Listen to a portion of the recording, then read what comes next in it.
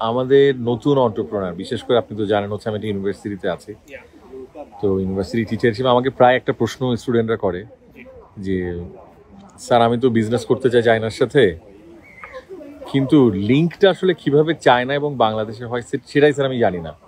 অথবা আরেকটা প্রশ্ন করে যে, স্যার আমার কতটুকু ক্যাপিটাল নিয়ে এই বিজনেসটাতে নামা উচিত? অ্যাকচুয়ালি আপনার ফার্স্ট কোশ্চেন হচ্ছে চায়নাতে লিঙ্ক আপ করার বিষয়। এখন তো ধরেন হোল ওয়ার্ল্ড হচ্ছে গিয়ে অনলাইন বেস।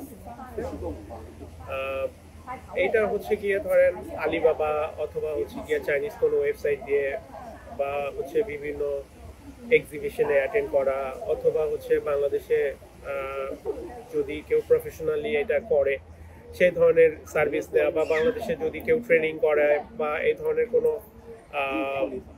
আমার কথা হচ্ছে গিয়ে সেলফ হচ্ছে গিয়ে আপনার মোটিভেটেড হতে হবে, প্লাস হচ্ছে ভিশন থাকতে হবে, তার প্যাশন থাকতে হবে, আমার শেখার ইচ্ছা থাকতে হবে, ডিসকাস করতে হবে যারা চায়নার সাথে বিজনেস করছে তো তাদের সাথে কথা বলতে হবে। আই হোপ যে এটা দিয়ে হয়তো তার কিছুটা এক্সপিরিয়েন্স হবে, তারপরে যদি সুযোগ হয় তাহলে তো চায়নাতে আসবে, একবার দুবার ঘুরে গেলে হয়তো বা আরো কিছু এক্সপিরিয়েন্স হবে। এটা হচ্ছে ফার্স্ট বিষয়, শুরু করবে এবং কতটুকু ক্যাপিটাল লাগবে। অ্যাকচুয়ালি ক্যাপিটালের বিষয়টা হচ্ছে আপনি কোন ধরনের বিজনেস করবেন এবং হচ্ছে আপনার বিজনেসের পরিসরটা কত। তো আমি যদি ধরেন একদম ছোট করে বলি যে আপনি শুরু করবেন, তো আপনি ধরেন 50,000 টাকা দিয়েও শুরু করতে পারেন বা টাকা ছাড়াও শুরু করতে পারেন।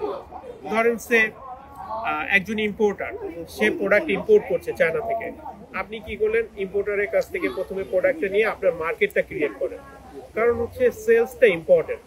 অর আপনি যে প্রোডাক্টটা নিয়ে বিজনেস করবেন এই বিজনেসটা হচ্ছে কি ইম্পর্টেন্ট, এটা আপনি বুঝতেছেন কিনা। আপনি ধরেন এখানে 5 লাখ 10 লাখ বা 1 কোটি আরো বেশি টাকা ইনভেস্ট করে ফেললেন, বাট আপনি অ্যাকচুয়াল বিজনেসটা এবং মার্কেট সেলসটা বুঝতে পারছেন না, তাহলে আপনার জন্য অ্যাকচুয়ালি যত ইনভেস্টমেন্টই করেন না কেন বিজনেসটা আলটিমেটলি আপনি হয়তো করতে পারবেন।